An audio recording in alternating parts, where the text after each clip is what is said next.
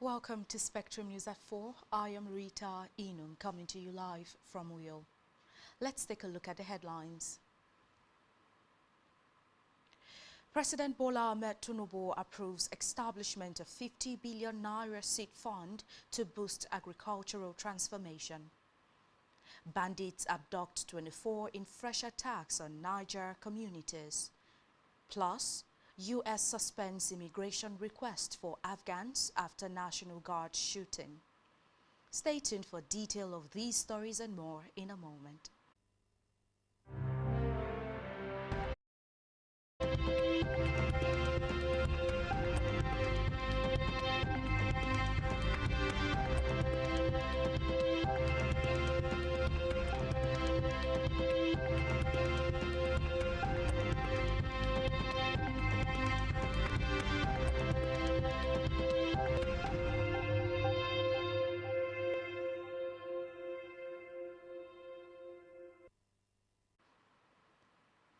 Good afternoon once again, and many thanks for staying tuned.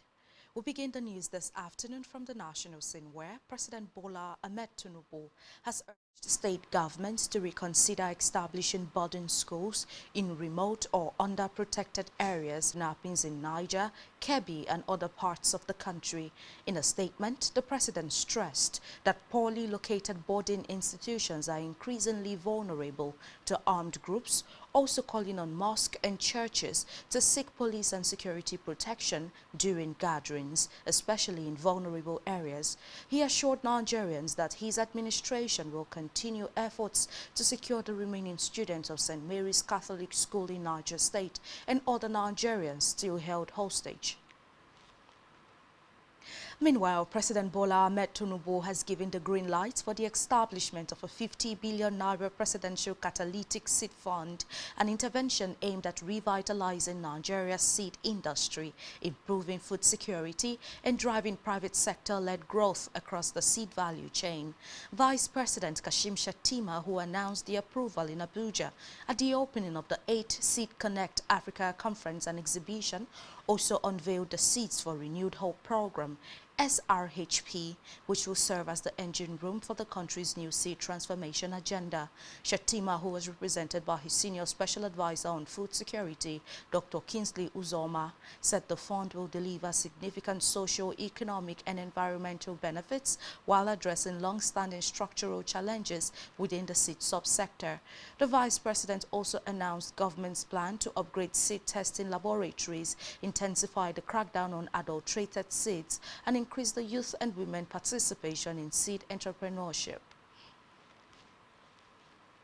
Away from that, the federal government has urged applicants for the second cohort of the National Health Fellows and its program to complete their registrations ahead of the November 30th, 2025 deadline.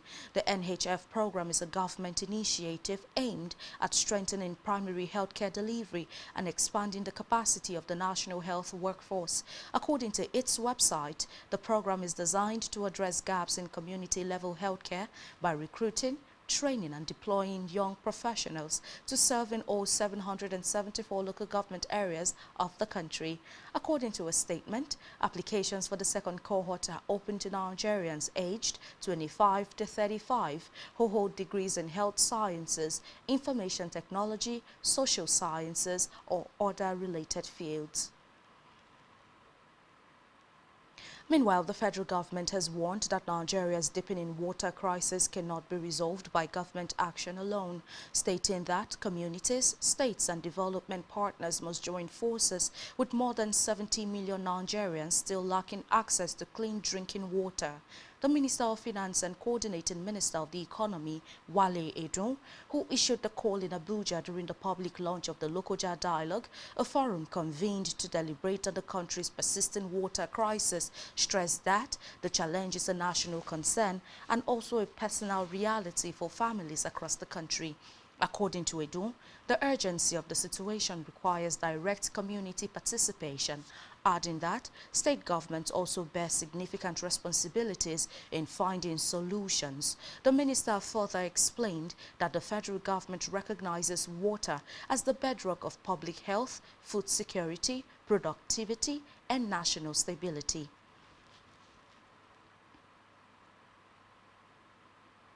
On security matters, bandits have launched yet another deadly assault on Niger State, abducting 24 people, including a pregnant woman, and mutilating a blind resident in separate attacks within the same local government area.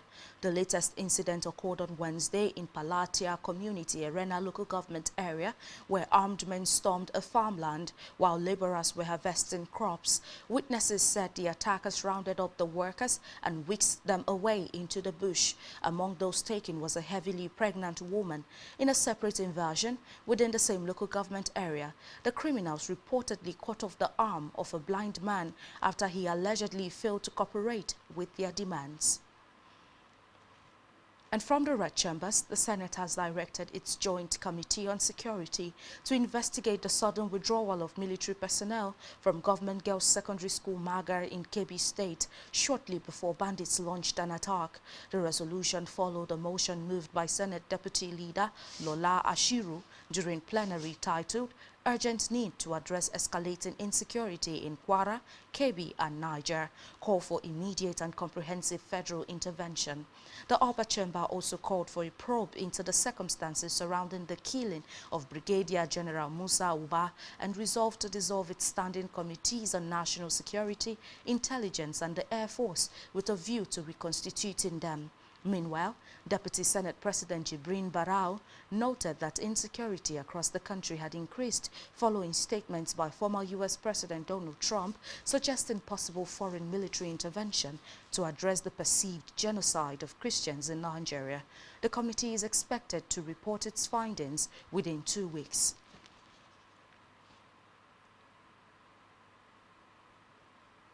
And to the Green Chambers now, where members of the House of Representatives have sought a comprehensive action by governments at all levels to address the rising cases of insecurity in the country.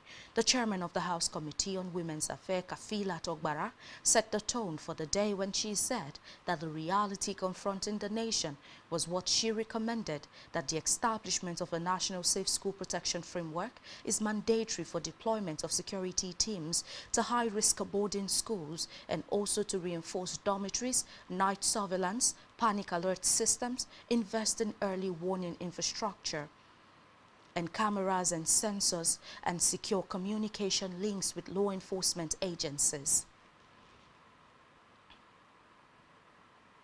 And back here, the Commissioner of Police, Akwa Ibom State Command, Mohammed Baba Azare, has convened a stakeholder security meeting in the state following the recent upsurge in insecurity in some parts of Nigeria. He also debunked online reports that insurgents and Boko Haram terrorists have infiltrated Akwa Ibom, maintaining that such false reports would end in distilling fear in people. Azare said the meeting, which had in attendance representatives of traditional rulers, religious leaders, market and transport unions, student unions, hoteliers, Nigeria Labour Congress, community chiefs and representatives and members of the press, was aimed at reviewing the security situation in the state and strengthening collaborative efforts in maintaining peace and stability across the communities. He also expressed concern over the recent spread of fake news and unverified security alerts on social media, which have the potential to cause panic and undermine public confidence, emphasizing the need for communities to take ownership of security by exposing criminal elements, including those involved in armed robbery, cultism, vandalism, drug peddling, and other unlawful activities. Reviewing the security situation in Akwa Ibom State and strengthening our collective efforts in maintaining peace, safety, and public confidence across all communities. Akwa Ibom State is widely acknowledged as one of the most peaceful states in the country. This reputation is not accidental. It is the result of deliberate collaboration between the police, our sister security agencies, and the good people of the state. Your support, vigilance, and cooperation have continued to enhance the effectiveness of our operations.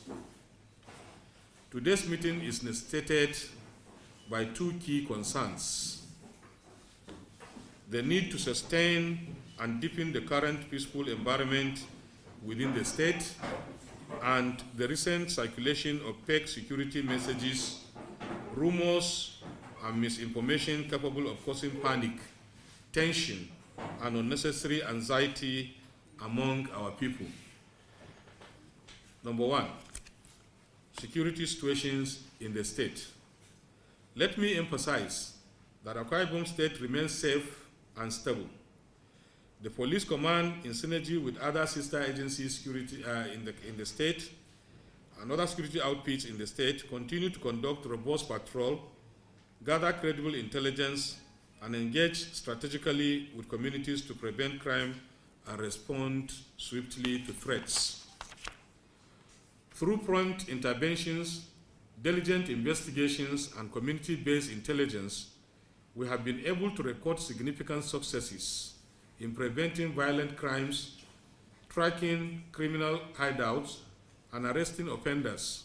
Our tactical teams are active, our surveillance units are functional, and our presence is visible across the state. Number two, the dangers of fake news and misinformation. One of the major emerging threats to peace is the rapid spread of fake news. Recently, we witnessed the circulation of a fake message claiming the movement of terrorists into part of south and north central regions of the country. Although Akwa Ibom State was not mentioned directly, the proximity of some of the affected states generated fear among residents. Let me state categorically clear, without ambiguity: such messages are false, dangerous, and must be completely ignored. They are designed to create fear, undermine security efforts, and distract law-abiding citizens. I urge all stakeholders, traditional institutions, religious bodies, youth groups, community leaders, and the media to help counter misinformation by sharing only verified information from credible security sources. Together, we must protect our communities from panic, rumors, and disruptive narratives. In their separate responses, some stakeholders appreciated the CP and the command as a whole for their relentless efforts in ensuring peace and safety in the state. They also made key observations and commitments aimed at strengthening security collaboration across the state, and they unanimously pledged to strengthen collaboration with the police command, improve information sharing, and support all initiatives aimed at sustaining peace and security in the area. Security agencies and the security or the peaceful nature of the Akwa Ibom State is something that people outside the state talk about most times. Even while I was driving down here, some students called me from, I think, Bauchi and some other states to ask me for means in which they can, from the list that I saw online, I never saw any institution in Akwa Ibom State closed down. That goes to show that Akwa Ibom State's security is intact. We, the leaders of this Arewa's People Assembly, that is the northern part of the country that are residing here in the state, I want to assure the people of Akwa Ibom State that we will try our best in every way possible to make sure we assist in securing these very states. We are assuring you of that. We have no other home than Akwa Ibom State here. For me, security is everybody's business. And therefore, we have to go around, observe things. The Bangla, people should make his house available, people should report things to him. Our county chairman will announce in the blogs, let people be more open to him so that he can be open to the CP. workers are on my neck on a number of issues. Today they were supposed to be in Abuja for an engagement. They should be en route to Abuja. But on Saturday, we had troubling information about around Enugu axis to Obolafo, where some people were blocked for like 2 hours. I saw it on the internet anyway. I don't know how true it was. But with that troubling information, they had to cancel the training that was supposed to take place for labor leaders in Abuja tomorrow. And it is also troubling that in Akwa Ibom, being the east, and then somehow by the corner, we should do everything to continue to say it out, and at the end, Akwa Ibom will be a safe place. Again, I join forces with well-meaning Akwa Ibomite to say for the good jobs, keep doing it, and we'll continue to join you. So much time that in my area, the police have been patrolling night and day. And sometimes when they come, they will call to the parties and say, around here, I said, thank you very much. So you have done very well in the state. When my people, the media people is out, we will say, I hold my committee. Thank you very much. God bless you. Let me use this opportunity to thank you on behalf of your personnel that you are putting them on field work. Their attitude still very, not unlike before, in their approaches and the way they talk, and the way they respect people, except a few that are still operating by the spirit that followed them from the family. But the way you are operating has caused us, has helped us, quite a people, to stay calm. And then visitors that come should learn how to respect those that play host to them. I want to thank you, and God bless you. In Africa, Guinea-Bissau's military appointed a general as the country's new leader for the duration of 1 year today, a day after seizing power, arresting the president and derailing the announcement of election results. Soldiers patrolled the area around the presidential palace in Bissau today, and a few people were seen walking along the main road leading to the building, where heavy gunfire rang through the previous day. After taking the oath of office in a ceremony at the military's headquarters, General Hotam, Chief of Staff of the Army, declared that he has just been sworn in to lead the High Command.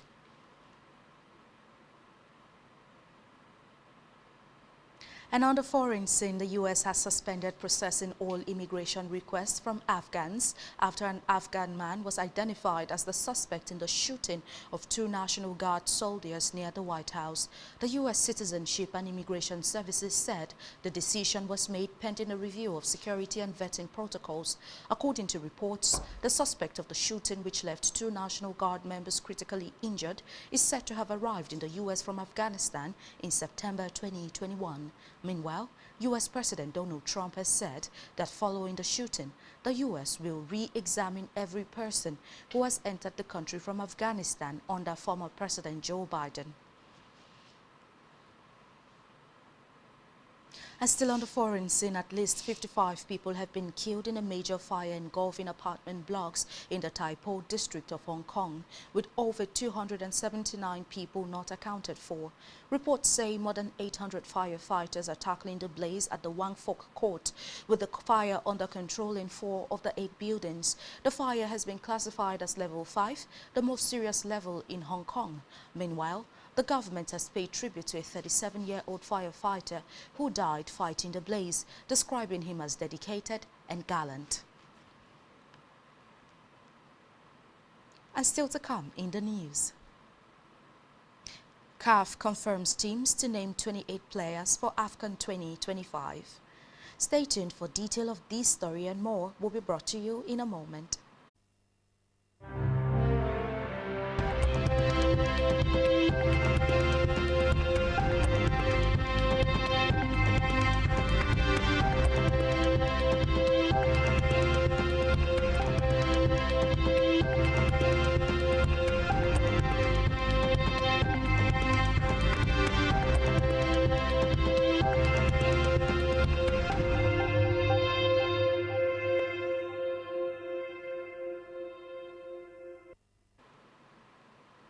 Many thanks for staying tuned and welcome back to Spectrum News within the hour. Continuing from the business scene, The Nigerian Association of Manufacturers, MAN, has urged the Central Bank of Nigeria, CBN, to further reduce the interest rates to ease the rising cost of borrowing, which continues to stifle production and erode competitiveness in the manufacturing sector. In its reaction to the outcome of the Monetary Policy Committee meeting, MAN stated that it acknowledged the MPC's decision to retain the monetary policy rate at 27%, but stressed that the current lending environment remains punitive for manufacturers. Recall that following the MPC 303rd meeting on November 25th, it maintained the benchmark rate at 27%, adjusted the standing facilities corridor to 50 minus 450 basis points, retained the cash reserve ratio at 45% for commercial banks and 16% for merchant banks, and kept the liquidity ratio at 30%. In health, the Gender-Based Violence Task Force in Ebonyi State says it has recorded 367 cases of gender-based violence and 2 deaths between January and November. The state coordinator of the agency, Faithvin Nwancho, disclosed this in an interview with newsmen in Abakiliki. Nwancho listed that the reported GBV cases as follows: physical assault 68, sexual assault 17, economic abuse 94, emotional abuse 77, inheritance rights 18, child abuse 69, and threat to life 24, with 2 deaths recorded. And now to sports, where Real Madrid forward Kylian Mbappe has overtaken Galatasaray striker Victor Osimhen in the UEFA Champions League top scorers chart for this season. Recall that Mbappe scored 4 goals in Real Madrid's 4-3 win against Olympiacos yesterday to move to the position on the leading scorers chart. The Frenchman now has 3 goals ahead of Osimhen with 6 goals after this week's Champions League games.